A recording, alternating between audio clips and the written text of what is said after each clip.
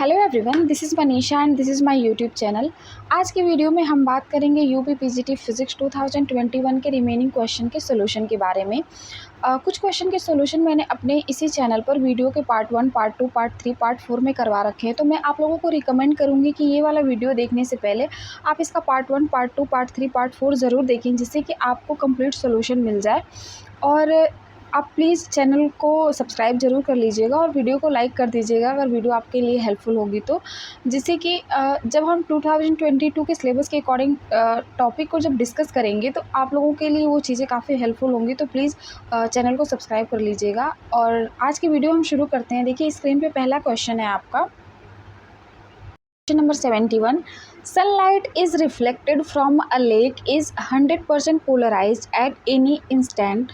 The angle between the sun and horizon at the instant is। तो देखिए इसमें दिया है कि एक झील से परावर्तित सूर्य की किरण किसी क्षण 100% ध्रुवित है। सूर्य एवं क्षैतिज के बीच का कोण है। तो इसके लिए देखिए हम फॉर्मूला यूज़ करेंगे, mu equals to 10 IP। Okay, तो म्यू इक्वल्स टू 10 IP।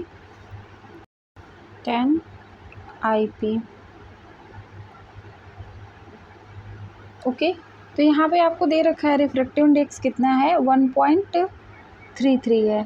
तो देखिए यहाँ पे 1.33 10 IP। तो IP की वैल्यू जो आपकी कैलकुलेट होके आएगी वो आ जाएगी 10 इनवर्स 1.33, और 10 इनवर्स 1.33 का वैल्यू यहाँ पे दिया हुआ है 53.06 डिग्री। लेकिन ये देखिए ये इसमें आपसे पूछा है एवं 36 के बीच का कोण पूछा है। तो इसके लिए हम क्या करेंगे, 90 में से इसको हम माइनस कर देंगे। ओके, तो ये 53.06, तो ये वैल्यू आपकी आ जाएगी 36 डिग्री और 54 मिनट।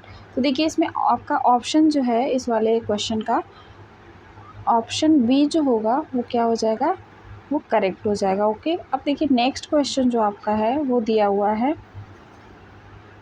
कि at the peak of the nuclear binding energy curve, नाभिकीय बंधन ऊर्जा वक्र के शिखर पर, देखिए ए ऑप्शन आपका दिया हुआ है कि Z is even but N is odd, Z is odd but N is even, both Z and N are odd, both Z and N are even. तो इसमें देखिए जब इसमें क्या होता है, जो नाभिकीय बंधन ऊर्जा वक्र के शिखर पर क्या होता है, जब पीक पे हम देखते हैं तो बाइंडिंग एनर्जी जो होती है वो पर तब होती है, मैक्सिमम वैल्यू तभी होती है जब बोथ Z और N जो क्या होते हैं वो इवन होते हैं। ओके, तो यहाँ पे जो ऑप्शन डी जो होगा आपका वो क्या हो जाएगा, करेक्ट हो जाएगा। ओके, अब देखिए क्वेश्चन नंबर 73 जो आपका दिया हुआ है, ऐसे मतलब एक क्वेश्चन मैंने पहला जो क्वेश्चन था उसको भी ऐसे, वो भी ऐसे ही था तो उसको भी सॉल्व कराया था मैंने। देखिए यहाँ पे दिया है 2 interfering waves have intensity in the ratio 9:1. The ratio of maximum and minimum intensity in interference pattern will be। तो यहाँ पर भी आपसे पूछा है आई मैक्स अपॉन आई मिन का रेशियो कितना होगा। ओके, तो इसको सॉल्व करने के लिए देखिए आई मैक्स अपॉन आई मिन, I max upon I min equals to root under I1 plus root under I2 whole square divided by root under I1 minus root under I2 whole square. Okay, तो आपसे I1 और I2 का जो value है वो दिया हुआ है 9, I1 और I2 का रेशियो दिया है 9:1। तो इसमें I1 जो होगा वो 9 और I2 क्या हो जाएगा 1। तो देखिए यहाँ पे आई मैक्स अपॉन आई मिन जो होगा वो क्या हो जाएगा, root under 9 plus root under 1 whole square divided by root under 9 minus root under 1 whole square. तो इसको जब सॉल्व करेंगे तो कितनी वैल्यू निकल के आएगी, 4/2 होल स्क्वायर। ओके, तो यहाँ से जो हम जब इसको फर्दर कैलकुलेट करेंगे तो क्या आ जाएगा, ये 4/1, यानी कि आई मैक्स अपॉन आई मिन का जो रेशियो होगा वो क्या हो जाएगा 4/1, यानी 4:1। तो इसमें देखिए आपका कौन सा ऑप्शन करेक्ट होगा, ऑप्शन डी जो होगा इस वाले क्वेश्चन का वो करेक्ट हो जाएगा। ओके, अब देखिए 74 क्वेश्चन जो है वो क्या, वो क्वेश्चन नंबर 74 दिया हुआ है, the average binding energy per nucleon of most nuclei is of order of, अधिकतर नाभिकों की प्रति न्यूक्लियन औसत बंधन ऊर्जा मतलब किस कोटि की होती है। तो देखिए ये जो होता है आपका average binding energy per nucleon जो होती है वो कितनी होती है, 10⁻⁻12 जूल के अप्रॉक्सीमेट होती है। ओके, तो इसमें आपका ऑप्शन जो डी हो जाएगा 74 का वो करेक्ट हो जाएगा। अब देखिए क्वेश्चन नंबर 70 आपका, minimum energy required for electron positron pair production. तो देखिए जब इलेक्ट्रॉन और न्यूक्लियन के पेयर प्रोडक्शन, इलेक्ट्रॉन और पॉजिट्रॉन युग्म के पेयर प्रोडक्शन की हम जब बात करते हैं तो उसमें क्या होता है, गामा रे जो होता है वो बनता है। तो गामा रे अब एक इसमें क्या होता है, एक पॉजिट्रॉन और फिर एक इलेक्ट्रॉन। ओके, तो देखिए जब इसमें मैक्सिमम बाइंडिंग एनर्जी की बात हो रही है तो E इक्वल्स टू क्या हो जाएगा, आइंस्टाइन मास इक्वेशन रिलेशन लेके अगर हम चलेंगे तो ये होता है 2mc²। ओके, 2mc², क्योंकि एक पॉजिट्रॉन है एक इलेक्ट्रॉन है, तो यहाँ पर दोनों का मास जो होता है क्या होता है, पॉजिट्रॉन और इलेक्ट्रॉन दोनों का मास जो होता है वो सेम होता है, 2 × 9.1 10⁻31। ओके, ये एक इलेक्ट्रॉन का मास होता है। अब देखिए यहाँ पे जो c² है वो उसकी वैल्यू कितनी होती है, 3 × 10⁸, तो इसका होल स्क्वायर कर देंगे और जब इसे सॉल्व करेंगे तो ये वैल्यू आपके आ जाएगी 1.02 मेगा इलेक्ट्रॉन वोल्ट, MEV में आएगी इक्वल्स टू। ओके, तो देखिए इसका ऑप्शन जो आपका डी जो है 1 MEV, ये वाला डी ऑप्शन इसका क्या हो जाएगा, वो करेक्ट हो जाएगा। ओके, अब हम मूव करते हैं नेक्स्ट क्वेश्चन की तरफ। देखिए जो अगला क्वेश्चन है, क्वेश्चन नंबर 76 जो है वो दिया है आपका, the efficiency of a Carnot engine is 25% if the temperature of its source is 327 degree Celsius, the temperature of the sink must be. एक कार्नो इंजन की दक्षता 25% है, यदि स्रोत का ताप 327 डिग्री सेल्सियस हो तो सिंक का ताप होना चाहिए। तो देखिए इफ़िशियंसी का जो फार्मूला होता है कार्नोट हीट इंजन के लिए वो क्या होता है, eta equals to 1 minus T2/T1, where जो यहाँ पे T2 है वो टेम्परेचर ऑफ सिंक होता है और T1 क्या होता है, टेम्परेचर ऑफ सोर्स होता है। ओके, तो अब यहाँ पे 25% दिया हुआ है, तो इफ़िशियंसी इसका मतलब क्या हो गया, 25% का मतलब यानी कि 1/4 दिया हुआ है। ओके, अब यहाँ से देखिए आपको दिया है जो सोर्स का टेम्परेचर है वो 327 डिग्री सेल्सियस दिया हुआ है और आपसे T2 पूछ रहा है, तो इसको हम क्या करेंगे, 327 को केल्विन में जब कन्वर्ट करेंगे तो 327 प्लस 273, इसमें 273 ऐड कर देंगे। ओके, तो कितना हो जाएगा, ये वैल्यू 600 आएगी। ठीक है, तो अब देखिए यहाँ पे 600 पुट कर देंगे और 1/4 minus 1 equals to minus T2/600, और जब इसे सॉल्व करेंगे तो ये वाली वैल्यू आ जाएगी -3/4 equals to minus T2/600। Okay, ये कैंसिल आउट हो जाएगा माइनस माइनस, तो यहाँ से जो T2 निकल के आपका आएगा वो आ जाएगा, T2 की जो वैल्यू आएगी वो आएगी 450 केल्विन। Okay, 450 kelvin.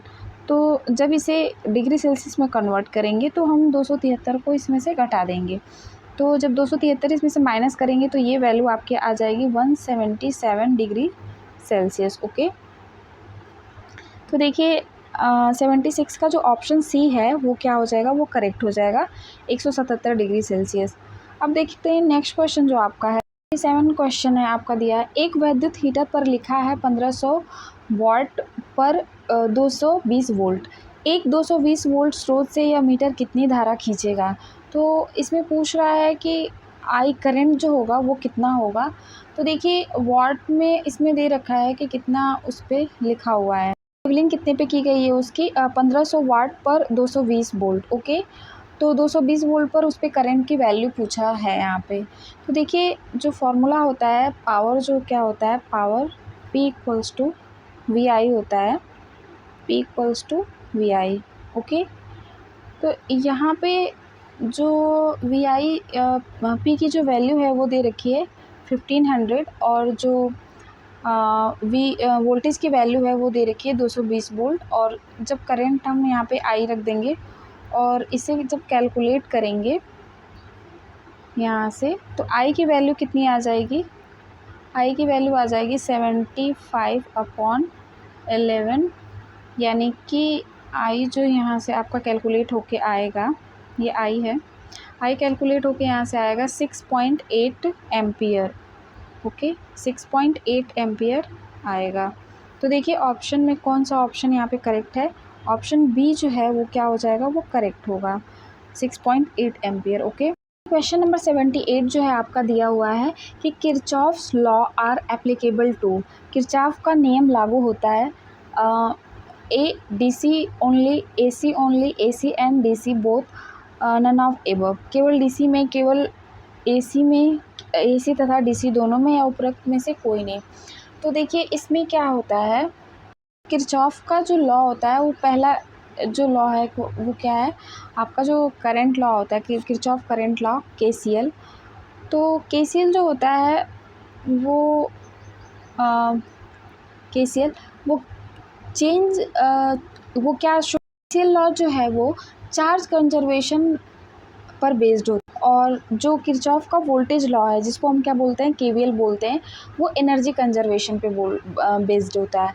तो यहाँ पे जो देखिए ऑप्शन आपका सी जो होगा वो करेक्ट हो जाएगा, एसी और डीसी बोथ पर क्या होता है, एप्लीकेबल होता है। ओके, तो किरचॉफ लॉ एसी और डीसी दोनों पर एप्लीकेबल होता है। ठीक है, अब देखिए क्वेश्चन नंबर आपका 79 दिया हुआ है कि when a small solid sphere is dropped in a viscous liquid, it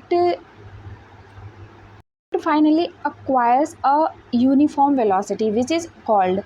तो इसमें ये दिया हुआ है कि जब एक लघु ठोस गोलक एक श्यान द्रव में छोड़ा जाता है तो अंततः यह एक समान वेग प्राप्त कर लेता है जो कहलाता है।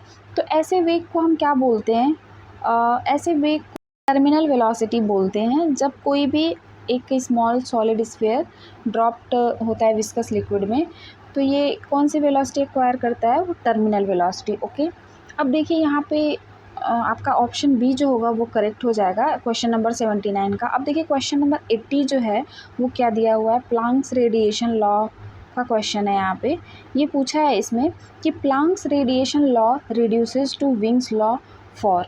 तो देखिए प्लांक्स रेडिएशन लॉ जो है जब ये लोअर लैम्डा के लिए डिफ़ाइन होता है तो ये कौन सा लॉ हो जाता है, विंग्स लॉ हो जाता है। ओके, जब जब जहाँ पर लैम्डा की वैल्यू क्या होती है, लोअर होती है, तो ये किस लॉ को डिफ़ाइन करता है, विंग्स लॉ को। तो यहाँ पे ये फॉर्मूला हम लोग पढ़े भी होंगे कि जो लैम्डा मिनिमम होता है, lambda minimum into T equals to B, यही तो होता है विंग्स लॉ। तो ये जो लैम्डा मिनिमम है वो क्या होता है, लोअर लैम्डा के लिए। और जब प्लैंक्स लॉ जब हायर लैम्डा की बात करता है, प्लैंक्स रेडिएशन लॉ जब हायर वैल्यू ऑफ लैम्डा के लिए जब रिड्यूस होता है तो वहाँ पे वो क्या हो जाता है, रेले जीन्स लॉ हो जाता है। ओके, तो यहाँ पे देखिए इस वाले क्वेश्चन का जो ऑप्शन है आपका, ऑप्शन बी जो होगा वो क्या होगा, करेक्ट हो जाएगा, यानी कि लोअर वैल्यू ऑफ लैम्डा के लिए। ओके, अब देखिए क्वेश्चन नंबर आपका 80 क्या है, कि क्वेश्चन नंबर जो आपका 81 है वो क्या है, the equivalent capacitance of the combination shown in figure below is. तो यहाँ पे इक्विवेलेंट कैपेसिटेंस की वैल्यू पूछा है। तो देखिए फिगर से हम देख रहे हैं कि यहाँ पर एक 2 कैपेसिटर लगा हुआ है। ओके, और यहाँ पर जो ये वाला कैपेसिटर जो लगा हुआ है इस तरह से, यहाँ पर ध्यान से देखेंगे कि ये वाला जो कैपेसिटर है ये क्या हो जाएगा, ये इधर से शॉर्ट सर्किट हो जाएगा। ओके, तो जब ये शॉर्ट हो जाएगा तो यही वाले दो कैपेसिटर बचेंगे। एक दोनों की वैल्यू क्या दी हुई है, सी दी हुई है, मतलब तीनों की वैल्यू सी दी हुई है, लेकिन ये वाला जो है वो शॉर्ट हो जाएगा तो इसका कोई मतलब नहीं होगा। तो ये वाले जो दो हैं आपस में, जो ये वाले हैं पैरेलल जुड़े हुए हैं, तो ये ऐड हो जाएंगे। ओके, तो यहाँ पर C plus C equals to क्या हो जाएगा, 2C हो जाएगा। तो देखिए इसमें क्वेश्चन नंबर 81 का जो है आपका ऑप्शन बी जो होगा वो क्या हो जाएगा, करेक्ट हो जाएगा। अब देखिए नेक्स्ट क्वेश्चन जो आपका है, क्वेश्चन नंबर 82 दिया हुआ है, a Carnot engine is working between 127 degree Celsius and 27 degree Celsius. It absorbed 80 calories of heat. How much heat is rejected? तो इसमें पूछ रहा है कितनी हीट जो है वो रिजेक्ट हुई है। और एक कार्नो इंजन 127 डिग्री सेल्सियस तथा 27 डिग्री सेल्सियस के मध्य कार्य कर रहा है। यह 80 कैलोरी ऊष्मा अवशोषित करता है। यह कितनी ऊष्मा परित्याग करेगा? तो देखिए कार्नोट इंजन की अगर हम बात करें तो इफ़िशियंसी का इसका जो फॉर्मूला होता है वो क्या होता है, ईटा इक्वल्स टू आपका होता है इसका eta equals to 1 minus T2 upon T1, T2 upon T1। Okay, अब जो T2 होता है वो टेम्परेचर ऑफ सिंक होता है और T1 जो है ऊपर नीचे वाला टेम्परेचर ऑफ सोर्स होता है। तो सोर्स का जो टेम्परेचर है वो हमेशा क्या होता है, हाई होता है। तो यानी कि 127 डिग्री सेल्सियस जो ये दिया हुआ है इसमें, ये इसको हम क्या रखेंगे, सोर्स का टेम्परेचर इसको रखेंगे। ओके, कि इफ़िशियंसी का जो एक और फार्मूला होता है, यही जो इफ़िशियंसी वो किसके इक्वल होती है, 1 माइनस Q2 अपॉन Q1 के।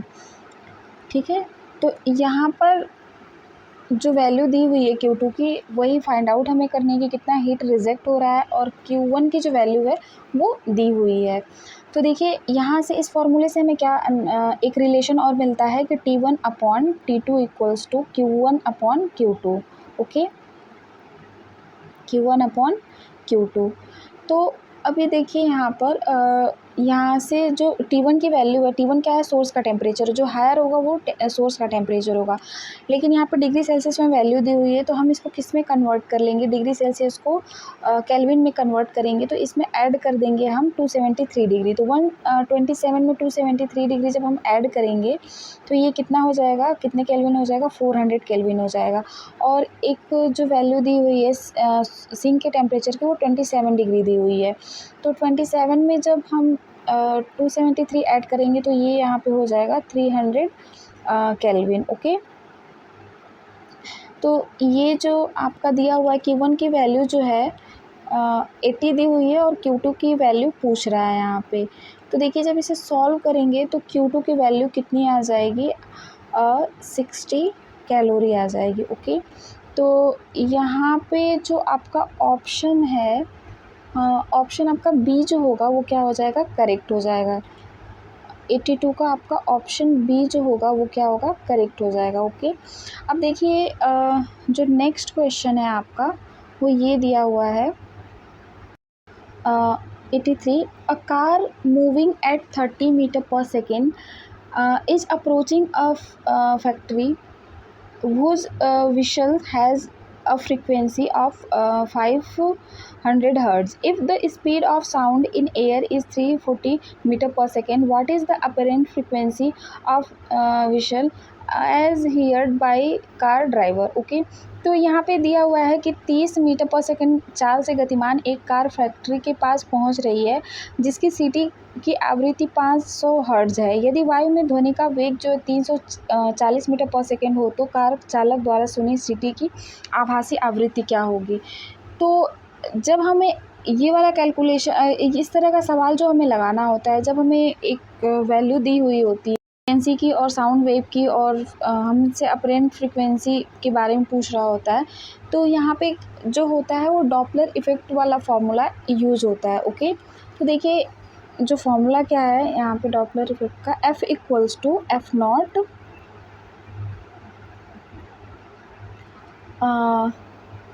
We plus minus V naught. Okay, divided by क्या होता है V minus plus V S. ओके, अब देखिए यहाँ पे जो एफ़ है वो क्या है, अपेरेंट फ्रिक्वेंसी है, और जो एफ़ नॉट है वो क्या है, जो इनिशियल फ्रिक्वेंसी दी हुई है वो है। ओके, और जो वी एस है यहाँ पे, वी एस जो है वेलोसिटी ऑफ सोर्स है, और वी नॉट जो है वेलोसिटी ऑफ ऑब्जर्वर दिया हुआ है। ठीक है, और एफ नॉट जो है एक्चुअल फ्रिक्वेंसी इनिशियल फ्रिक्वेंसी है, और एफ जो है अपरेंट फ्रिक्वेंसी है, और वी जो है यहाँ पे, वी क्या है यहाँ पे, वेलोसिटी ऑफ साउंड है। ओके, तो इतना चीज़ आपको दिया हुआ है। आपको देखते हैं क्वेश्चन में क्या क्या दिया हुआ है। Car is moving at 30 metre per second. Okay, ये जो दिया है, और इसमें देखिए 30 मीटर पर सेकेंड की चाल से गतिमान है। एक कार फैक्ट्री के पास पहुंच रही है, यानी कि इसमें क्या हो रहा है कि कार जो है फैक्ट्री के पास पहुंच रही है, यानी कि फ्रिक्वेंसी इसमें क्या होगी, इंक्रीज़ होगी। इस केस में जब वो पास पहुंचेगी तो जो सीटी की आवाज़ है उसे तेज़ सुनाई देगा। आवृत्ति 500 हर्ट्ज़ है। यदि वायु में ध्वनि का वेग दे दिया है तो कार चालक द्वारा सुनी सीटी की आभासी आवृत्ति क्या है। ठीक है, तो यहाँ पर देखिए वी नॉट जो वी एस है, सोर्स तो एक जगह रुका हुआ है, जहाँ पे सीटी जो बज रही है वो क्या है, कांस्टेंट है, और कार जो है वो मूव कर रही है। तो यहाँ पे वी एस की जो वैल्यू ले लेंगे अब कैलकुलेशन में, वो क्या आ जाएगा आपका, 0 रखेंगे। ओके, और जो एफ़ जो है आपको यही कैलकुलेट करना है, और 500 हर्ट्ज़ जो दिया हुआ है यहाँ पे वैल्यू फ्रीक्वेंसी की, इनिशियल जो फ्रीक्वेंसी है वो, और वी जो है वो 30 दिया हुआ है, और यहाँ पे प्लस लेंगे साइन, प्लस माइनस दोनों है, प्लस लेंगे क्योंकि जो कार है वो पास में जा रही है उसके जो फैक्ट्री है जहाँ पे सिटी का साउंड है वहाँ पे, तो इसलिए फ्रीक्वेंसी क्या होगी यहाँ पे, इंक्रीज़ होगी जब वो उसके पास जाएगी। तो इसलिए यहाँ पे जो ये वी नॉट की वैल्यू है वो किसको हम पॉजिटिव रखेंगे। ओके, तो यहाँ पे 340 हो जाएगा, और यहाँ पर भी 340 ये वैल्यू पुट कर देंगे, और वी एस की वैल्यू 0 रखेंगे क्योंकि जो सोर्स है, जो जहाँ पे सीटी जो बज रही है वो तो स्टेबल ही है, वो कहीं मूव तो कर नहीं रहा है। तो अब देखिए इसको जब कैलकुलेट करेंगे तो इसकी जो वैल्यू आपकी आएगी अपरेंट फ्रिक्वेंसी, वो 544 हर्ट्ज़ आएगी। ओके, तो यहाँ से देखिए इस वाले क्वेश्चन का जो ऑप्शन है आपका 544 हर्ट्ज़, ऑप्शन जो आपका है इसमें सी वाला जो होगा वो क्या हो जाएगा, करेक्ट हो जाएगा। ओके, तो इस वाले क्वेश्चन का ऑप्शन सी जो होगा 83 का वो करेक्ट होगा। अब देखिए क्वेश्चन नंबर जो आपका 84 है वो क्या दिया हुआ है, a half wave plate produce a phase difference between O यानी ऑर्डिनरी एंड ई यानी extraordinary waves equal to, यानी साधारण तथा असाधारण तरंगों के मध्य एक अर्ध तरंग प्लेट कालांतर उत्पन्न करती है, यानी कि हाफ वेव प्लेट कितने का फेज डिफरेंस जनरेट करेगी ई रे और ओ रे के बीच में। तो देखिए जब हाफ वेव प्लेट की बात होगी तो जो पार्ट डिफरेंस आता है इसमें क्या होता है, पार्ट डिफरेंस क्या होता है जब हाफ वेव प्लेट की बात होती है, तो लैम्डा बाई 2 का पार्ट डिफरेंस ये जनरेट करती है। लेकिन जो फेज डिफरेंस होता है ये पाई का जनरेट करती है। और जब क्वार्टर वेव प्लेट की बात होती है तो ये जो क्वार्टर वेव प्लेट होता है वो लैम्डा बाई 4 का पार्ट डिफरेंस जनरेट करता है, और जो फेज डिफरेंस होता है वो पाई बाई 2 का जनरेट करता है। ओके, तो क्वेश्चन में आपसे पूछा है कि हाफ वेव प्लेट के बारे में, तो देखिए जो फेज डिफरेंस होगा वो कितना आ जाएगा यहाँ पे, पाई। तो यानी कि जो ऑप्शन सी है आपका वो क्या हो जाएगा, वो करेक्ट हो जाएगा। ओके, अब देखिए इस वाले क्वेश्चन ऑप्शन सी होगा वो करेक्ट हुआ। अब देखिए जो नेक्स्ट क्वेश्चन है 85, उसमें क्या दिया हुआ है, इसमें ये पूछा है कि the magnetic susceptibility of diamagnetic material is, तो एक प्रतिचुंबकीय पदार्थ की चुंबकीय प्रवृत्ति है, तो इसमें क्या होता है, जो मैग्नेटिक ससेप्टिबिलिटी होती है, हम लोगों को सबको पता है कि डायमैग्नेटिक मटेरियल की जो मैग्नेटिक ससेप्टिबिलिटी काई होती है वो क्या होती है, लेस देन 0 होती है, यानी कि स्मॉल होगी और निगेटिव होगी। तो देखिए स्मॉल एंड निगेटिव, ये ऑप्शन आपका ए जो होगा वो क्या हो जाएगा, करेक्ट हो जाएगा 85 नंबर क्वेश्चन का। ओके, अब देखिए क्वेश्चन नंबर 86 आपका दिया हुआ है कि which of following is a reversible process. तो देखिए कौन सा इसमें से रिवर्सिबल प्रोसेस है, मैं एक बार रीड करती हूँ इसको। Production of heat by passage of current through an electrical resistance. यहाँ पे मैं इसे हिंदी में रीड कर दे रही हूँ। किसी वैद्युत प्रतिरोध से धारा प्रवाहित होने पर ऊष्मा की उत्पत्ति, या फिर उष्ण पिंड के शीतल पिंड में ऊष्मा का संचरण। फिर सी ऑप्शन दिया हुआ, कार्यशील पदार्थ के दाब एवं आयतन में असीम धीमी दर पर परिवर्तन होना। किसी वास्तविक गैस या द्रव का किसी वाल्व या छिद्रयुक्त प्लग से जो कि वातावरण से पृथक्कृत है से बलपूर्वक भेजा जाना। तो इसमें देखिए इस वाले क्वेश्चन का जो ऑप्शन सी जो होगा वो आपका करेक्ट होगा, क्योंकि ये पूछ रहा है रिवर्सिबल प्रोसेस के बारे में, तो ये इसमें ऑप्शन सी जो होगा वो करेक्ट हो जाएगा। ओके, अब देखिए क्वेश्चन नंबर 87 जो है वो क्या दिया हुआ है आपका। क्वेश्चन नंबर 87 ये दिया है 0.0314 centimeter cube of a liquid is flowing out per second through a capillary tube of 1 millimeter radius. Velocity of liquid at a point on the axis of capillary is। तो इसमें आपसे पूछ रहा है, velocity पूछ रहा है आपका लिक्विड पे, लिक्विड का। इसमें मैं एक बार इसे हिंदी में भी रीड कर दे रही हूँ। 0.0314 घन सेंटीमीटर द्रव 1 मिलीमीटर त्रिज्या के एक केशिका नली से प्रति सेकंड बाहर प्रवाहित हो रहा है। केशिका नली के अक्ष पर स्थित किसी बिंदु पर द्रव का वेग है।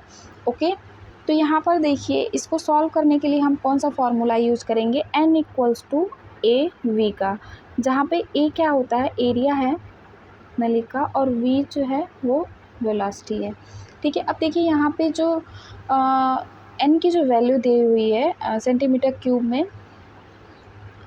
0.0314। ओके, और ये क्या हो जाएगा, एरिया जब हम निकालेंगे तो पाई आर स्क्वायर। ओके, और ये v हो जाएगा। तो अब देखिए 0.0314, पाई की वैल्यू 3.14 और आर स्क्वायर आपका दिया हुआ है 1 मिलीमीटर रेडियस है। तो इसको जब हम कन्वर्ट करेंगे सेंटीमीटर में तो ये आपका हो जाएगा, और होल स्क्वायर जब कर देंगे इसको तो ये हो जाएगा 10⁻⁻⁶, और ये वेलोसिटी आपको कैलकुलेट यहाँ से करनी है। ओके, तो जब इसे हम कैलकुलेट करेंगे पूरा तो ये v इक्वल टू आपका आ जाएगा 1, यानी कि 1 सेंटीमीटर पर सेकेंड आएगा। ठीक है, तो यहाँ पे देखिए जो ये ऑप्शन है आपका कौन सा करेक्ट होगा, ऑप्शन सी जो होगा वो क्या हो जाएगा, ये करेक्ट हो जाएगा यहाँ पे। ओके, अब देखिए जो आपका नेक्स्ट क्वेश्चन है, क्वेश्चन नंबर आपका 88 जो है वो दिया हुआ है, 2 waves y1 equals to a1 sine के x minus nu T and y2 a2 sine के ब्रैकेट में x minus nu T plus x naught, where k equals to 2 pi centimetre inverse and x naught equals to 1.5 centimetre are superposed if a1 equals to 9 millimeter and a2 equals to 7 millimeter, what is the amplitude of resulting wave. तो resulting wave का आपसे amplitude पूछ रहा है। परिणामी जो 2 तरंगे हैं आपको y1 और y2 का इक्वेशन इसमें दे रखा है। ठीक है, तो अब देखिए जो यहाँ पर वैल्यू है, रिजल्टिंग एम्पलीट्यूड की जो वैल्यू है वो कैलकुलेट जब करते हैं तो वो कितना होता है, a इक्वल्स टू आपका आता है a equals to root under a1 का स्क्वायर प्लस a2 का स्क्वायर और plus 2a1 a2 cos phi. Okay, 2a1 a2 cos phi, ये जो है आपका जो रिजल्टिंग एम्पलीट्यूड है इसकी वैल्यू होती है। तो यहाँ पे देखिए जो फाई है फेज डिफरेंस है, आप दोनों इक्वेशन को यहाँ पे देखिए, यहाँ ये जो दिया हुआ है y1 की जो वैल्यू एक ये दी हुई है, y2 की वैल्यू ये दी हुई है। तो यहाँ पे फेज डिफरेंस फाई कितना आ रहा है, तो जब ये तो x है, स्टैंडर्ड अगर इक्वेशन से कंपेयर अगर करेंगे कि जो वो sine equals to omega two के एक्स माइनस ओमेगा टी से अगर इसे कंपेयर करेंगे तो यहाँ पे ओमेगा की जगह पे न्यू टी दे दिया हुआ है, बस फ्रीक्वेंसी की जगह पे यही दिया है। तो यहाँ पे देखिए और एक्स नॉट की जो वैल्यू है वो दे रखी है आपकी 1.5 सेंटीमीटर। तो फाइव बराबर यहाँ पे बेसिकली दिया क्या है, फाइव बराबर के एक्स दिया हुआ है, ठीक है। और जो के की वैल्यू यहाँ पे दी हुई है क्वेश्चन में, देखिए यहाँ पे ये 2 पाई दी हुई है, 2 पाई के एक्स नहीं, के एक्स नॉट है ये, तो 2 पाई और मल्टीप्लाइड बाई एक्स नॉट की वैल्यू 1.5, ओके। तो यहाँ पे पाई की वैल्यू अगर हम पुट करेंगे, अगर हम पुट भी नहीं भी करते हैं तो यहाँ पे देखिए फाई कितना आ जाएगा आपका, 3 पाई आ जाएगा। इसमें जब इसको मल्टीप्लाई कर देंगे तो ये 3 पाई आ जाएगा, ओके। तो अब देखिए इसको जब इसमें पुट करेंगे ये तो 3 पाई आ गया फाई की वैल्यू, और जो एम्पलीट्यूड A1 और A2 है वो कितना इसमें दिया हुआ है।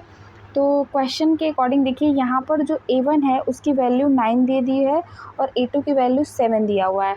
तो सिंपली हमें resulting amplitude A he find out करना है।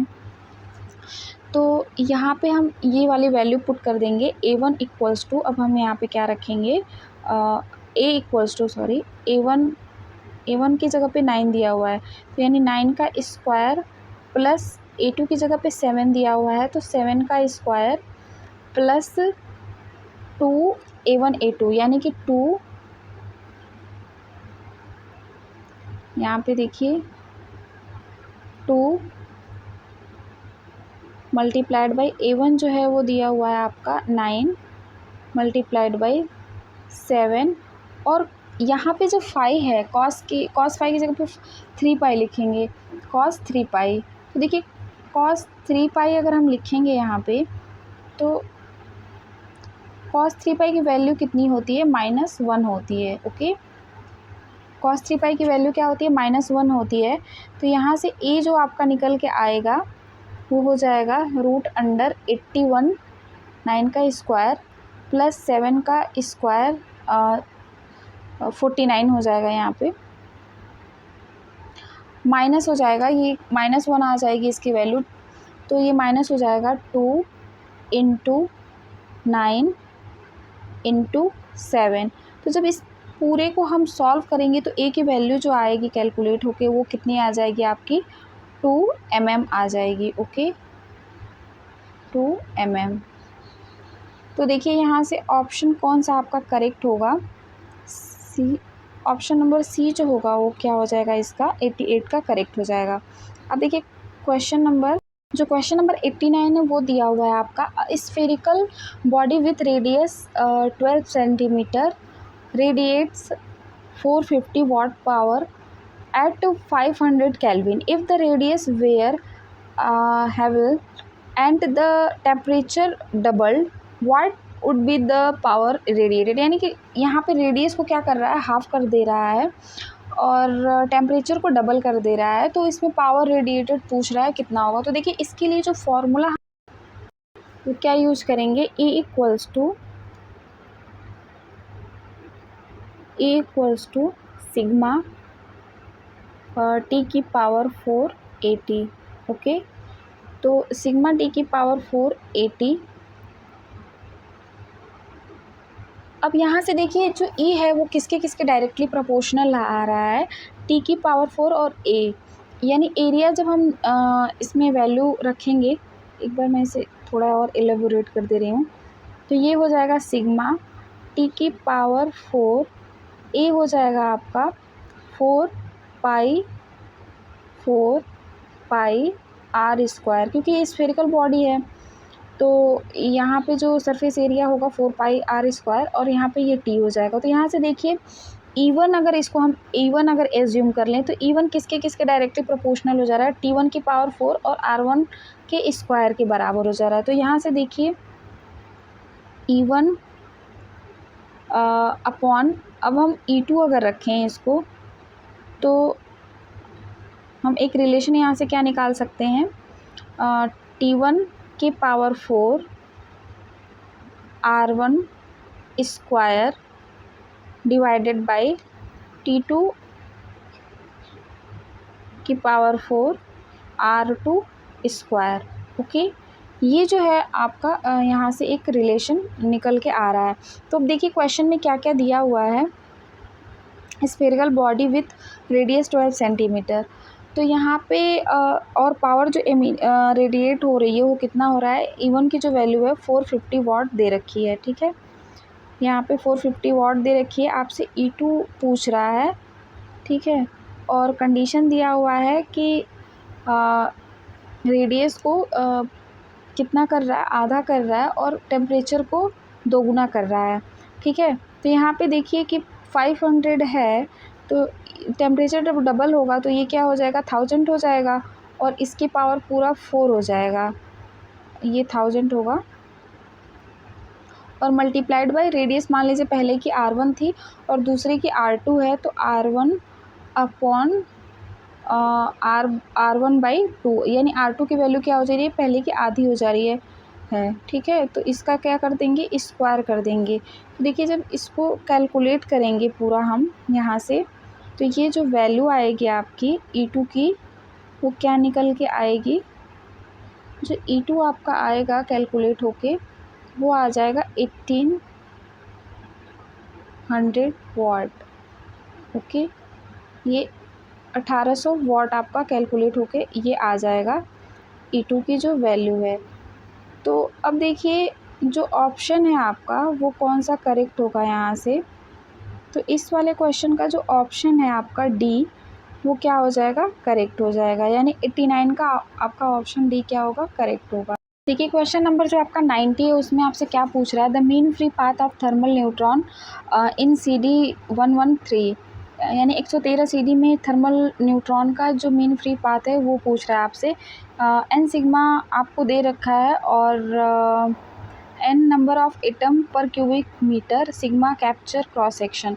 तो यहाँ पे मीन फ्री पाथ दे रखा है, पूछा है आपसे। तो देखिए मीन फ्री पाथ का जो फॉर्मूला होता है वो क्या होता है, तो ये फॉर्मूला होता है आपका एन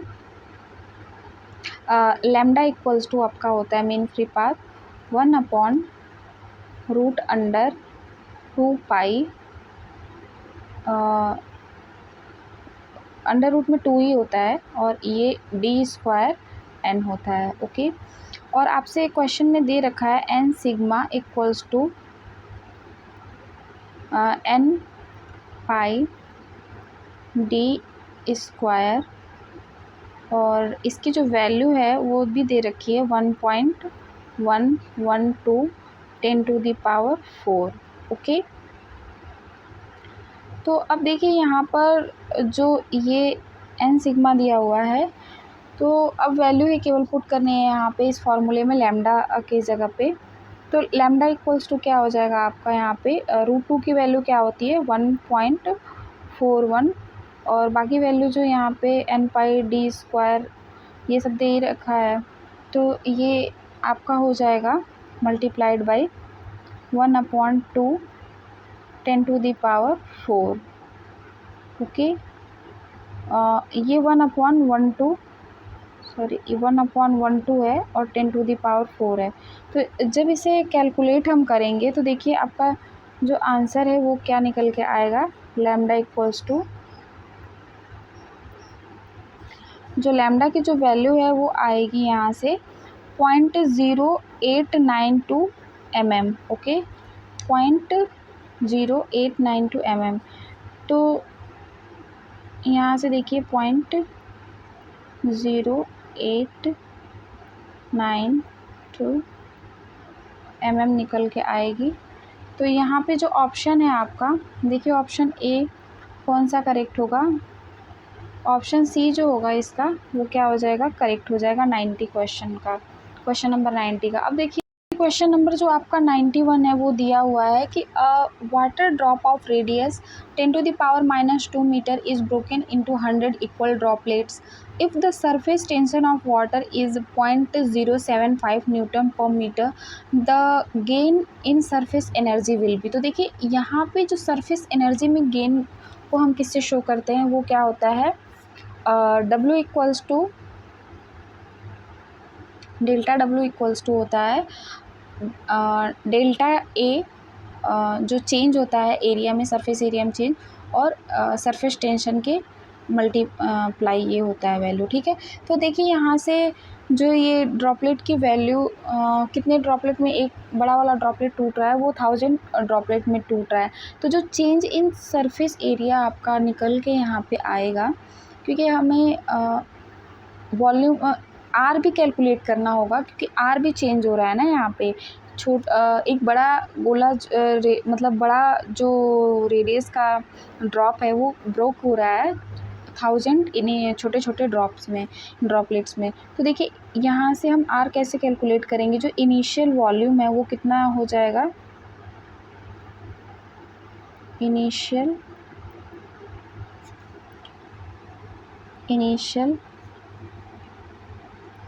1000 फाइनल वॉल्यूम में, okay.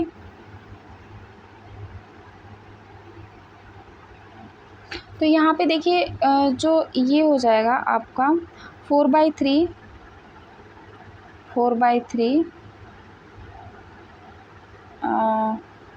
Pi capital R cube, क्योंकि बड़ी बूंद के लिए हम रेडियस को कैपिटल आर से डिनोट कर रहे हैं, और जो 1000 छोटे छोटे बूंद में जब ये ब्रेक हो रहा है तो 4/3 पाई स्मॉल आर क्यूब। तो देखिए यहाँ से 4/3 पाई 4/3 कैंसिल आउट हो जाएगा, और जो स्मॉल आर की जो वैल्यू है आपके आ जाएगी कैपिटल R/10 हो जाएगी, ठीक है। तो अब देखिए यहाँ से जब हम ए कैलकुलेट करेंगे, डेल्टा ए जब हम कैलकुलेट करेंगे तो वो कितना आएगा, जब डेल्टा ए कैलकुलेट करेंगे हम तो ये आपका आ जाएगा A final minus A initial. तो ए फाइनल जो होता है 1000 ड्रॉपलेट्स में ब्रेक हुआ है, तो डेल्टा ए जो आपका है वो कैलकुलेट होके यहाँ से आएगा 1000, और जो स्फेरिकल है ड्रॉप का जो शेप होता है वो स्फेरिकल होगा, तो यहाँ से हो जाएगा 4 पाई आर स्क्वायर। आर जो है यहाँ पे बड़े वाले छोटे छोटे जो बूंद हैं उसके लिए क्या दिया है, कैपिटल R/10, और इसका क्या हो जाएगा, होल स्क्वायर हो जाएगा, और माइनस जो है जो इनिशियली जो ड्रॉपलेट है बड़ा वाला उसके लिए क्या है 4 pi R square surface area, okay. तो जब हम इसे कैलकुलेट करेंगे तो यहाँ पे जो डेल्टा ए की जो वैल्यू है वो कितनी आ जाएगी, 36 pi capital R square, okay. अब देखिए ये तो आ गया इसका वैल्यू। अब डेल्टा डब्लू हमसे पूछा है क्वेश्चन में, ओके। तो डेल्टा डब्लू जो है वो हो जाएगा 36 मल्टीप्लाइड बाई पाई, और कैपिटल पाई की जो वैल्यू है वो पुट कर देंगे अब यहाँ पे। तो जो ये पाई की वैल्यू है 22/7, और कैपिटल आर जो है आर की जो वैल्यू दी हुई है वो कितनी है इनिशियली, देखिए यहाँ पे 10⁻⁻² मीटर। तो जब यहाँ पे पुट करेंगे इस वाले इक्वेशन में 10⁻², तो ये हो जाएगा मल्टीप्लाइड बाई 10⁻² का होल स्क्वायर, और सरफेस टेंशन, यानी कि सरफेस टेंशन की वैल्यू जो है क्वेश्चन में दे रखी है 0.75, ओके। तो देखिए 0.75 यहाँ पे पुट कर देंगे, और जब इसे सॉल्व करेंगे तो जो एनर्जी की वैल्यू है, कितना गेन हुआ है सरफेस एनर्जी में, तो वो आपका आएगा निकल के 8.5 × 10⁻⁻4 जूल, ओके। तो ये आपका आ जाएगा कैलकुलेशन के बाद आंसर। तो देखिए कौन सा ऑप्शन सही है आपका इसमें, तो ऑप्शन ए जो है आपका यहाँ पे क्या होगा, करेक्ट होगा। 8.5 इंटू 10⁻⁻4 जूल। तो अब देखिए यहाँ पे जो क्वेश्चन नंबर 92 है वो दिया हुआ है आपका। Magnetic susceptibility chi of a material varies with absolute temperature T as chi equals to C by T, where C is a constant is C is the constant this material is। तो हम लोग जानते हैं कि जो diamagnetic material होता है उसके लिए जो काई की वैल्यू होती है वो क्या होती है, जब हम डायामैग्नेटिक की बात करते हैं तो काई जो होता है -1 होता है, और जो म्यू आर जो होता है वो क्या होता है उसके लिए, ये 0 हो जाता है। ठीक है, तो यहाँ पे देखिए इसमें ये पूछा है कि जो टेम्परेचर के साथ इसका वेरिएशन इस तरह से हो रहा है, तो जो पैरामैग्नेटिक मटेरियल होता है वो क्या होता है, वो क्यूरी, ये जो है वो बेसिकली क्या दिया हुआ है, एक क्यूरी लॉ का जो है वो फॉर्म दिया हुआ है, तो वो फॉलो करता है क्यूरी लॉ को। तो यहाँ पे जो पैरामैग्नेटिक मटेरियल के लिए क्या हो जाता है, काई की जो वैल्यू होती है वो क्या होती है, C mu naught by T. Okay, तो यहाँ पे देखिए ये कैसा मटेरियल हो जाएगा, ये पैरामैग्नेटिक मटेरियल हो जाएगा। तो ऑप्शन ए जो है वो क्या हो जाएगा, करेक्ट हो जाएगा यहाँ पे। ओके, तो अब देखिए आपका जो नेक्स्ट क्वेश्चन है, क्वेश्चन नंबर 93। यहाँ पे ये पूछा है कि in a driven series LCR circuit the resonant frequency FR is given by. तो जैसा कि हम लोग जानते हैं कि जो LCR सर्किट होता है उसमें जो इम्पीडेंस, मतलब इम्पीडेंस की जो वैल्यू होती है Z, वो क्या होता है, Z इक्वल्स टू क्या होता है, ब्रैकेट में R² minus plus chi C minus काई L होल का स्क्वायर होता है। ओके, अब जो रेजोनेंस की जो कंडीशन होती है, ये देखिए ये C है और ये काई L है।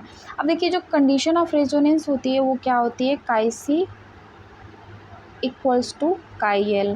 ओके, तो यहाँ पे इसको एक्सेल भी बोलते हैं, मतलब बहुत लोग इसको एक्सेल बोलते हैं, एक्स इक्वल्स टू एक्सेल होता है। ओके, तो अब देखिए एक्स सी की जो वैल्यू होती है वो क्या होती है, 1/ओमेगा C इक्वल्स टू 1/ओमेगा L। तो यहाँ से जब हम निकालेंगे ओमेगा की वैल्यू, फ्रीक्वेंसी ही पूछा है, तो ये हो जाएगा √1/LC। और ये तो हो जाएगा √1/1/LC, और ओमेगा को हम और क्या लिख सकते हैं, 2πf। ठीक है, तो ओमेगा की वैल्यू क्या होती है, 2πf। 2πf इक्वल्स टू यहाँ पे क्या हो जाएगा, √1/LC। तो यहाँ पे देखिए f इक्वल्स टू क्या हो जाएगा, frequency f equals to 1/2π√LC, तो 1/√LC। ओके, तो यहाँ से देखिए जो ऑप्शन आपका FR equals to 1/2π√LC, option A जो है आपका वो क्या होगा, इसका करेक्ट हो जाएगा। ओके, तो 93 का आपका ऑप्शन नंबर ए करेक्ट होगा। So thank you everyone for watching this video. आज की वीडियो में हम इतने ही क्वेश्चन को सॉल्व करेंगे। नेक्स्ट वीडियो में जो रिमेनिंग क्वेश्चन हमारे रह गए हैं उसको हम सॉल्व कर लेंगे। अगर ये वीडियो आप लोगों को हेल्पफुल लगी हो तो प्लीज़ वीडियो को लाइक कर दीजिएगा और चैनल को सब्सक्राइब कर लीजिएगा, जिससे कि जब हम लोग डिस्कस करेंगे 2022 के सिलेबस के अकॉर्डिंग अलग अलग टॉपिक और जब डिफरेंट क्वेश्चंस को सॉल्व करेंगे तो वो आप लोगों के लिए काफ़ी हेल्पफुल रहेगा। So thank you everyone for watching this video. Thank you.